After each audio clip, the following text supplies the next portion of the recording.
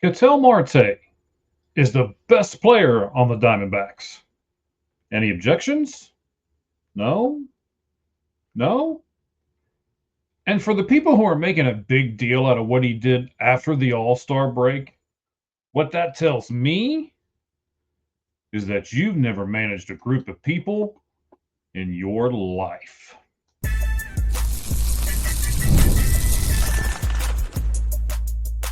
You are Locked On Diamondbacks, your daily Arizona Diamondbacks podcast, part of the Locked On Podcast Network, your team every day. Hello, everyone, and welcome to the Locked On Diamondbacks podcast, your team every day. Baseball is my religion, the Diamondbacks are my denomination, and you are my congregation. So settle down in your pew of choice and enjoy today's message. I do have another weekly podcast that I do every week. That's why it's a weekly podcast called The Sports Truth. And it's live every Tuesday night with my co-host, Cheese.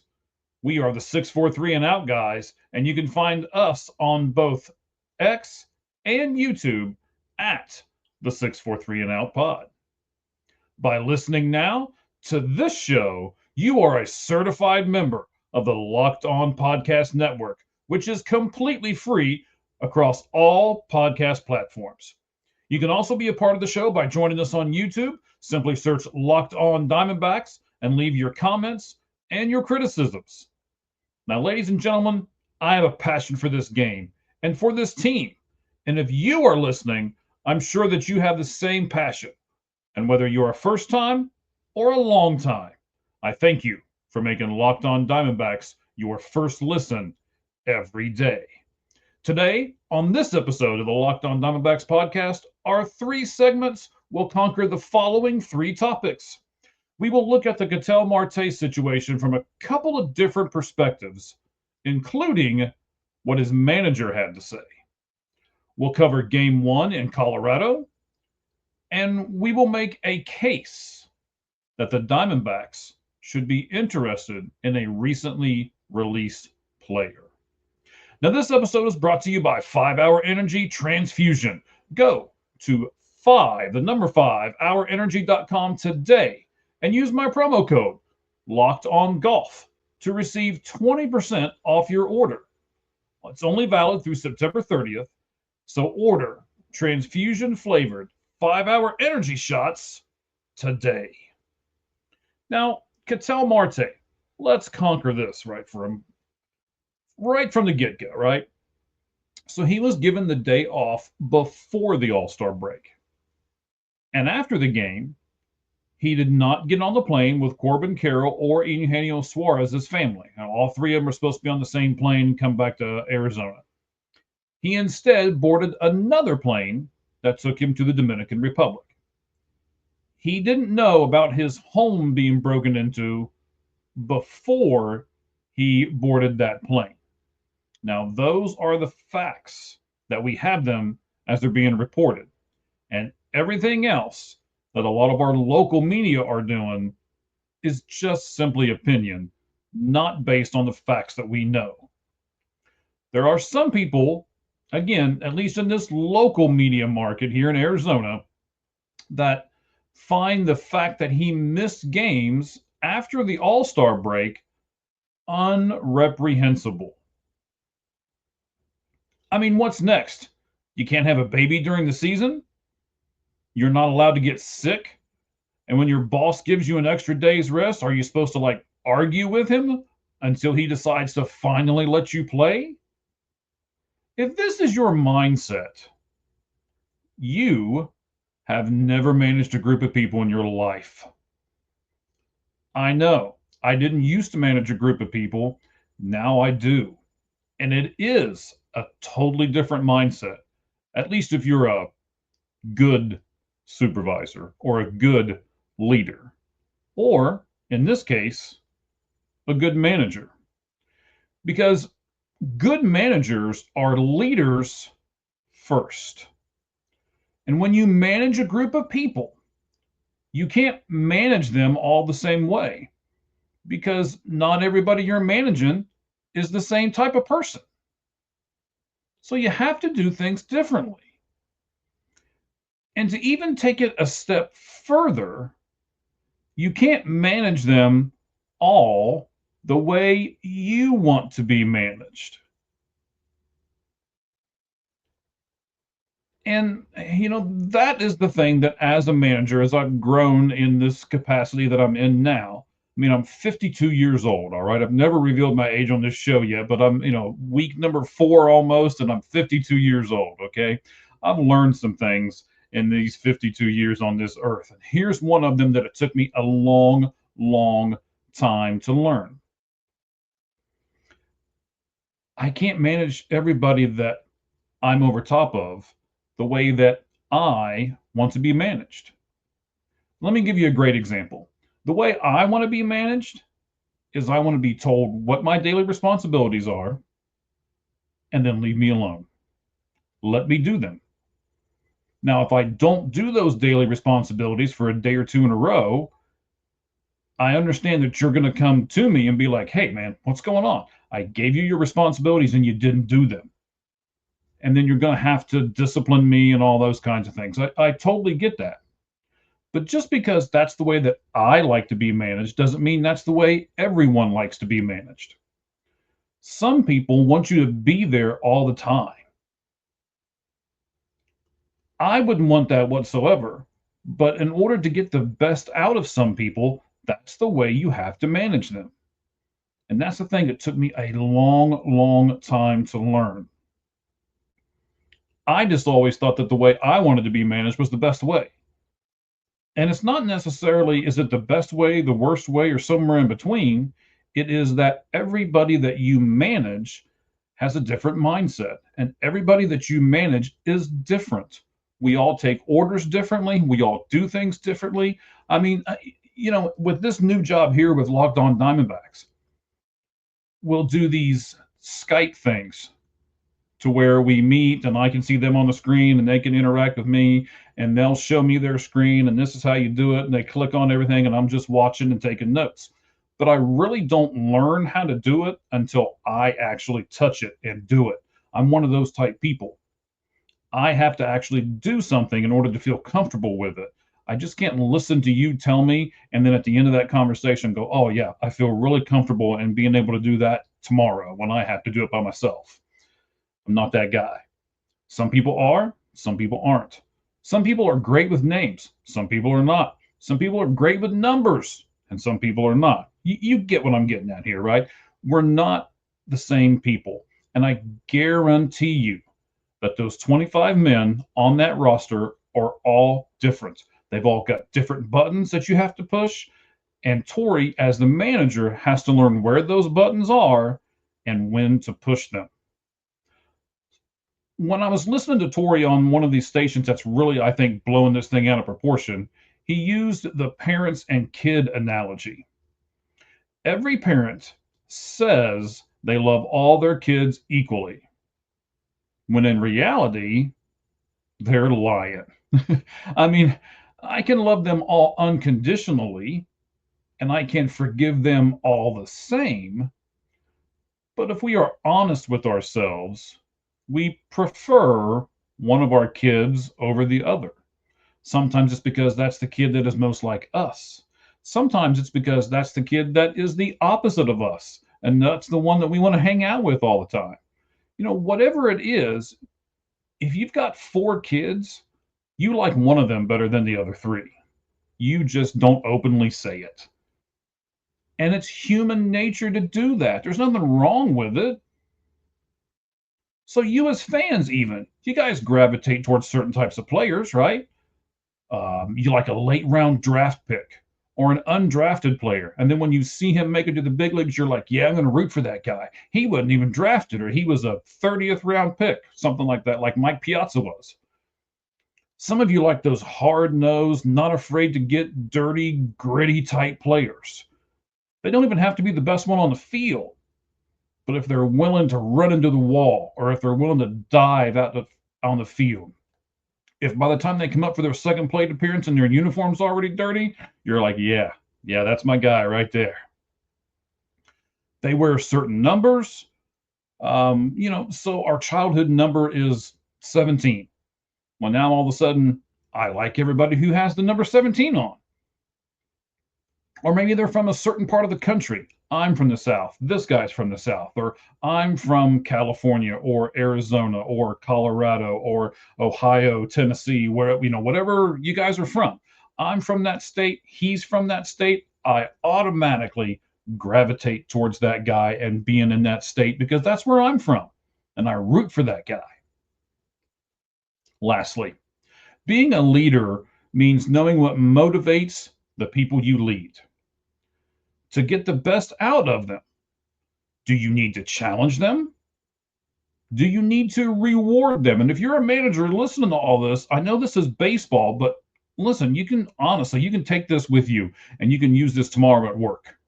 So let's look at this again. Do you need to challenge them? Because certain people, you need to make a job like a challenge.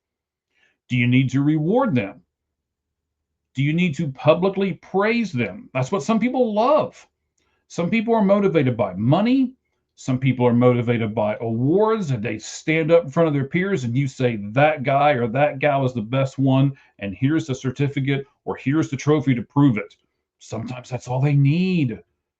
Some people, time off with their family is the most important thing. Man, you did a great job for me today. I know that you've been here a lot and you haven't been with your wife and your kids. I tell you what, man, why don't you take the day off tomorrow? No punishments, no call in, no nothing like that, man. You've done a fantastic job for me. Stay at home with your wife and kids tomorrow. And some people would absolutely love that. That's what Cattell did. He just went home to the Dominican Republic. A good leader knows how and when to make those moves. Torrey is the manager. That is his job. If that is what he knows fuels Cattell Marte's fire, then we should just shut up and watch it burn. Last thing. I wanted to look this up because as much as I've heard this all day today on the different radio stations and different things that are here locally in Arizona, I haven't seen it got picked up by anything national. And I looked up a lot of stuff before I came on this podcast tonight. I thought to myself, does he have all-star escalators? Maybe that's why he wanted to make sure he went to the all-star game and then did what he wanted to do after the all-star game. He does not. He has escalators for MVP, and he has escalators for plate appearances. And that's it.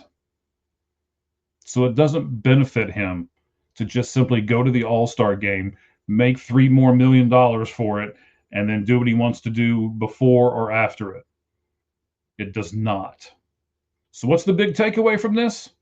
I believe our local media is making a mountain out of a molehill, to use a 52-year-old expression, right?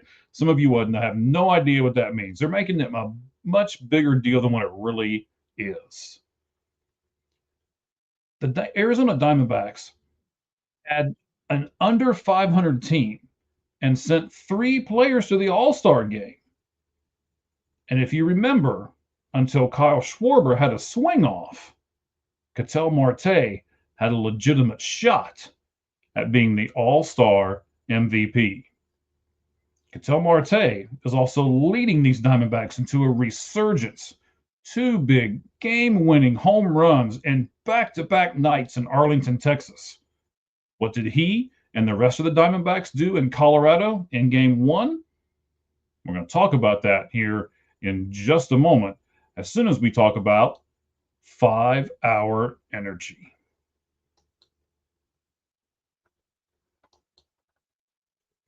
All right, ladies and gentlemen, it's time to fuel up and turn it up with 5-hour energy transfusion.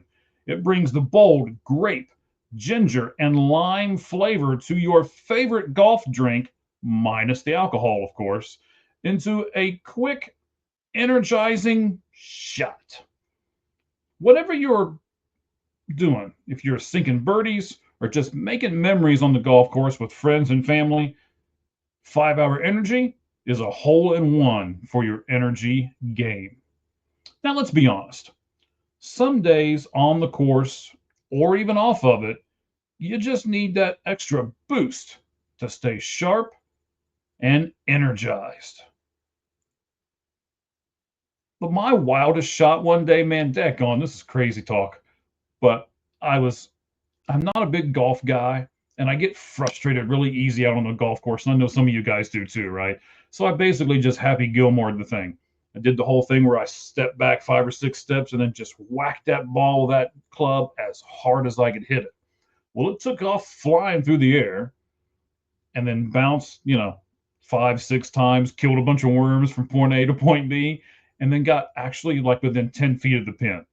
I couldn't believe it. Best shot I ever took. Wasn't even trying to hit the flag. Sometimes that's just the way it happens. But I tell you what, I did that right after I got a 5-hour transfusion energy shot down that bad boy, and then Happy Gilmore that shot. Golf is all about good times with good people and good flavors, like the grape, ginger, and lime flavors that give you the best parts of your clubhouse without having to chase down a beverage cart. So go to 5hourenergy.com. Again, that's the number 5hourenergy.com, just like it is here at the bottom of your screen. Use the code LOCKEDONGOLF to receive 20% off your order. Now, there are a few restrictions, and it's only good until September 30th. So make sure you get 5-hour energy transfusion shots and get them now.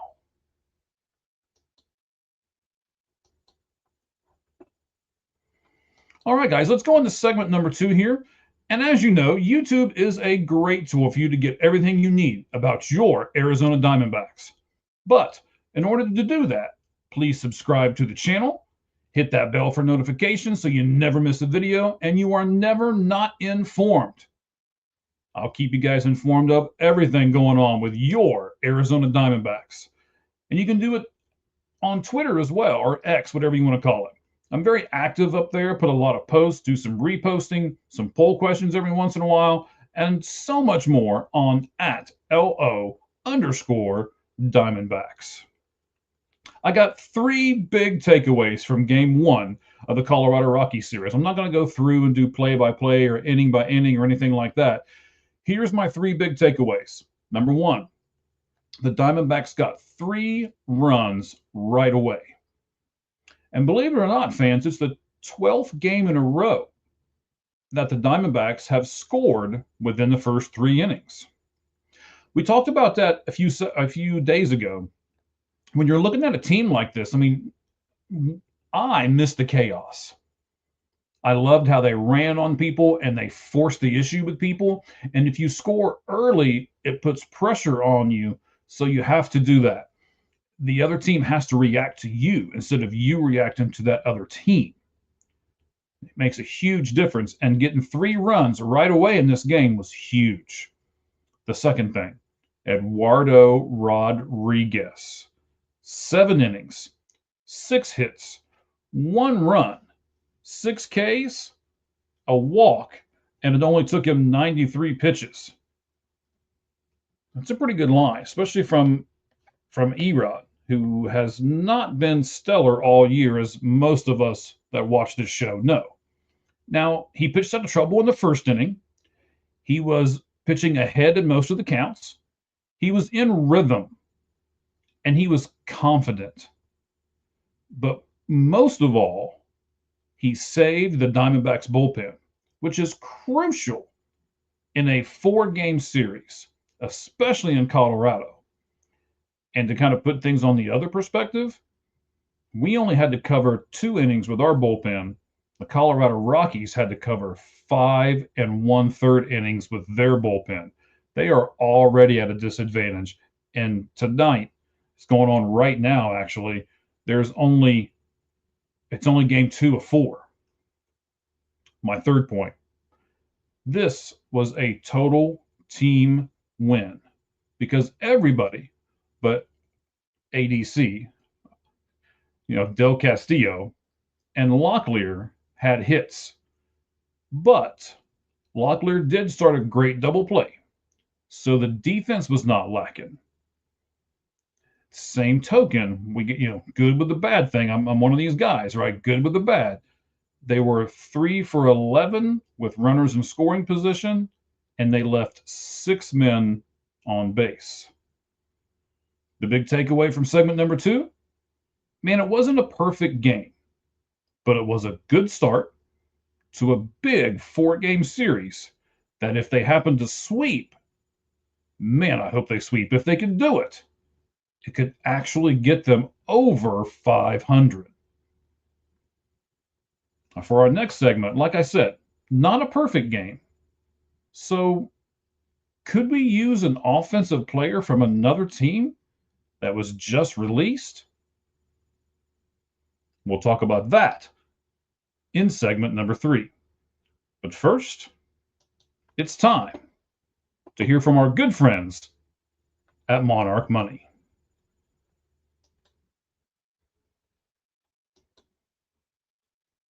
All right, guys. Ever wish managing your money felt easier? Well, with Monarch Money, it can. Growing your savings or maybe planning a big purchase in the near future? Monarch Money puts you in the driver's seat. You can be your own personal CFO. And that CFO that you turn out to be, you're given full visibility and control over all of your finances. Monarch Money is more than just a budgeting app, so please don't think of it that way. It's a complete financial command center. You track your accounts, your internet, and your spending all in one place, which is what I love about it. So in addition to managing your money, you can build wealth too. And who doesn't want to build wealth? We all want to build wealth. It's a one-stop shop and everything is encompassed in their app. Again, what I really like about Monarch Money. So take control of your finances with Monarch Money. Use code LOCKEDONMLB at monarchmoney.com for 50% off of your first year. That's right, ladies and gentlemen. Use code LOCKEDONMLB for 50% off your first year at monarchmoney.com.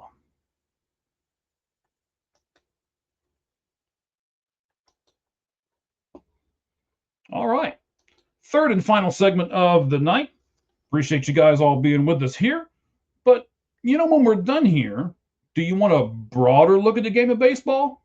If so, check out Locked On MLB Game Night. They watch every game so that you don't have to. And you just don't have to watch us on YouTube. I mean, I know you want to look at this and see it all the time. I'm kidding. I know you don't. You're watching like this. I know you are. Hey, so you can also put us on in the car while you're grilling, while you're mowing, the grass. I mean, with all different kinds of audio platforms that we are on, Spotify, Apple, iTunes, and if you've been a long-time listener, you know my favorite, XM Satellite Radio. We have a new right-handed bat at first base in Tyler Locklear. He's batting 184. I know it's 49 at-bats, so small sample size. I get that. 49 at-bats, 2 home runs, and 2 RBIs, which means he's only driven in himself, right? 2 home runs and 2 RBIs. He's knocked balls over the fence twice and brought himself in with nobody else on base. He's not gotten a hit while somebody's in scoring position or anything like that to drive in anybody else. The Washington Nationals released left-handed first baseman Nathaniel Lowe. Of course, Tyler Locklear, as I said earlier, is right-handed. Lowe has 95 hits, with 17 doubles and 16 of them being home runs and 490 plate appearances. Now he's batting just .216, .292, .373 for a slash line, with a 26.5% strikeout rate, which is the highest in his career in a full season. Now, Lowe also has a 9.6% walk rate, and that's better than average. Yesterday, Nathaniel Lowe hit a grand slam. You're like, yeah, he hit a grand slam yesterday? That's something we want. But again, good with the bad. Good with the bad here, ladies and gentlemen. That grand slam that he hit yesterday was his first home run since July 19th.